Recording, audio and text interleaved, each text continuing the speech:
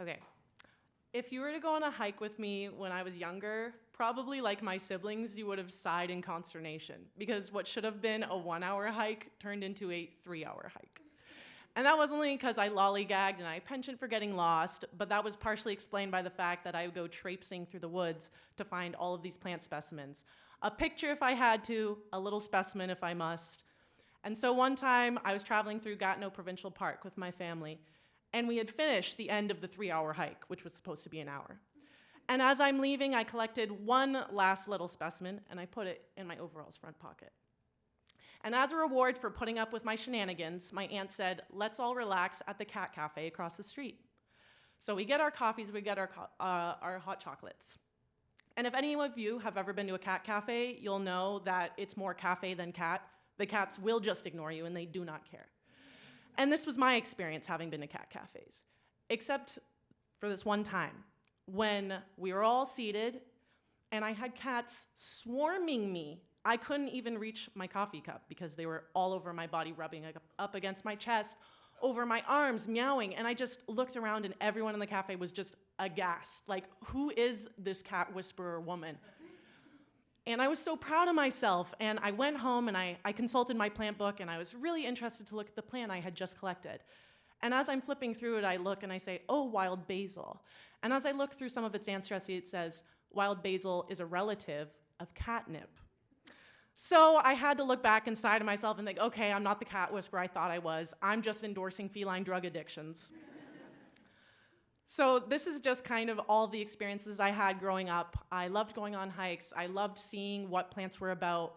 And it wasn't just the diversity of the plants and the beauty of them and where I found them that I loved. I loved that when I flipped back to the end of the books, that I got to see how people use the plants. And so growing up in Canada, of course, we have our Indigenous population, not unlike in the United States where you have Native Americans. And so we have First Nations people, we have Métis people, we have Inuit people.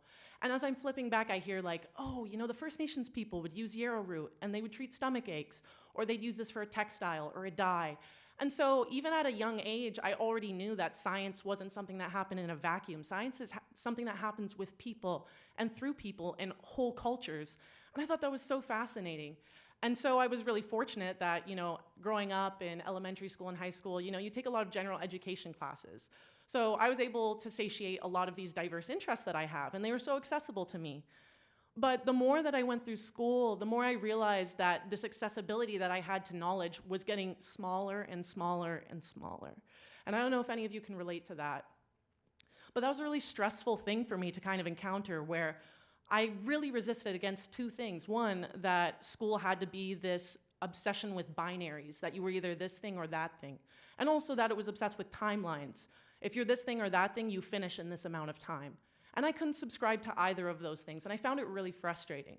And this kind of played out in a personal level as well, because I'm a twin. And so you're either this twin or that twin. And my twin was very artistic. She was very emotionally intelligent. She would perform in plays. She would paint pictures. So Hannah was the artist. And I was more logical, and I really loved science, and I was really well-spoken. And so I was the scientist. And so in high school, everyone just knew that about us. I was in the science hallway, and Hannah was in the arts hallway. And people only knew that we were twins when we would hang out together, and they go, oh, now I see it. But if we were in school, you wouldn't have thought that.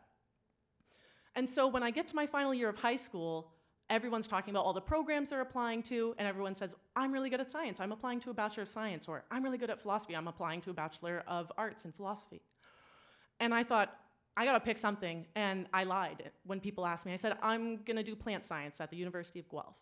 And so I did that, actually. I thought, okay, I have to pick something, this is the choice, and I'm gonna choose something that will give me the best career prospects. Science seems to be the way to go. And in my first week, leading up in that summer, I knew I would have to take 4 classes. I would have to take physics and calculus, chemistry and biology in a single semester, which honestly, probably nothing to sneeze at for anyone who's in a Bachelor of Science program here at State, but it haunted me to my core.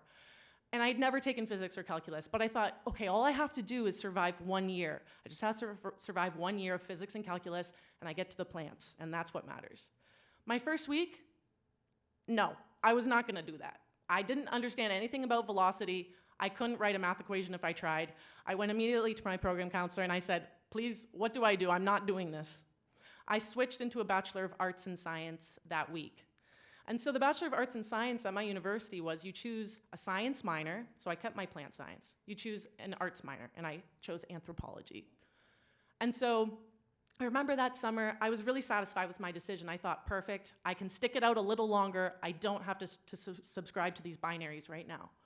And when I was talking with my aunt, she said, that's a bad idea. And I thought, my heart sank, honestly. You know, this was a person I really looked up to, and I had confessed to them, these are my interests in life. You know, I want to become a professor. I want to teach. I want to go to graduate school.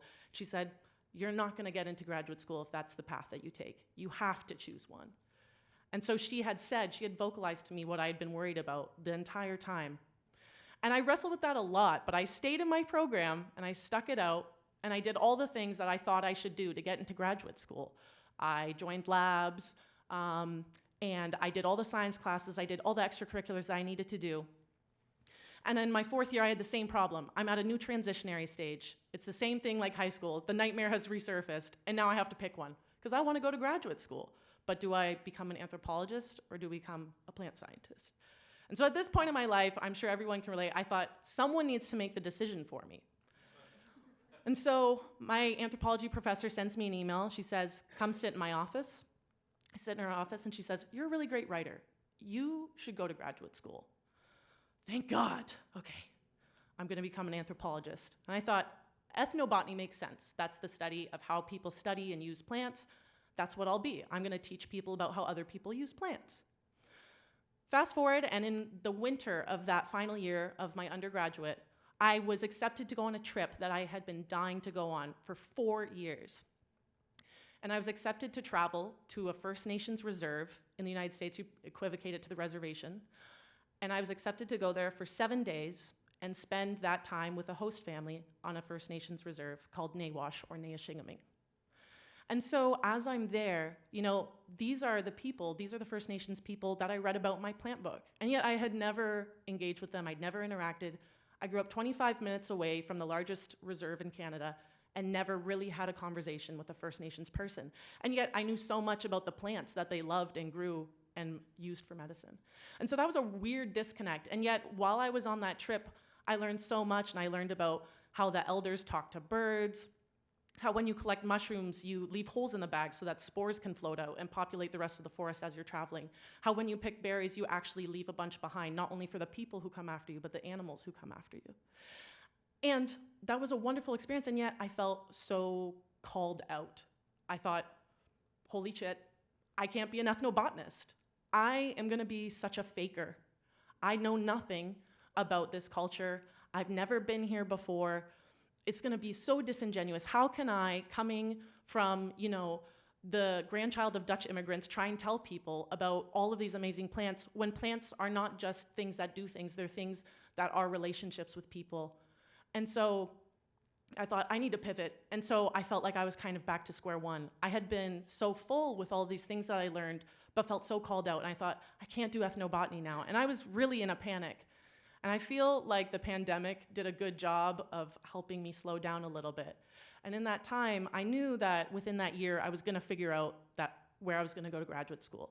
And in that time, I did an independent study. And I actually went back and I interviewed a mother and daughter from that First Nations reserve. And as I'm talking with them, I'm asking them to share their traditional ecological knowledge with me. And I'm learning so much, and they're telling me all these wonderful things. And at the end, they talk to me and they say, you know, as Indigenous people, for us, it's so important for us to share what we know. And I thought, yeah, that's wonderful. I feel the same way. I think that's good. And they said, but at the same time, we really look forward to engaging with non-Indigenous people and inviting people into our space so they can tell us what they know. And that was the first time I had ever really heard that. And I think that was a real turning point for me. And I thought, wow, you know, I had felt like I was a faker this whole time, and I didn't deserve to talk to these people or share about these people or learn with these people. And yet, here they are talking about a world that they know so intimately, and they want to learn about other people's worlds that they know so intimately. And so I thought, I think that's the answer. I know a lot about plant science. I know a lot about Western science and the way that Western academia works and the world that I live in. And I think I can do the same. Thank you.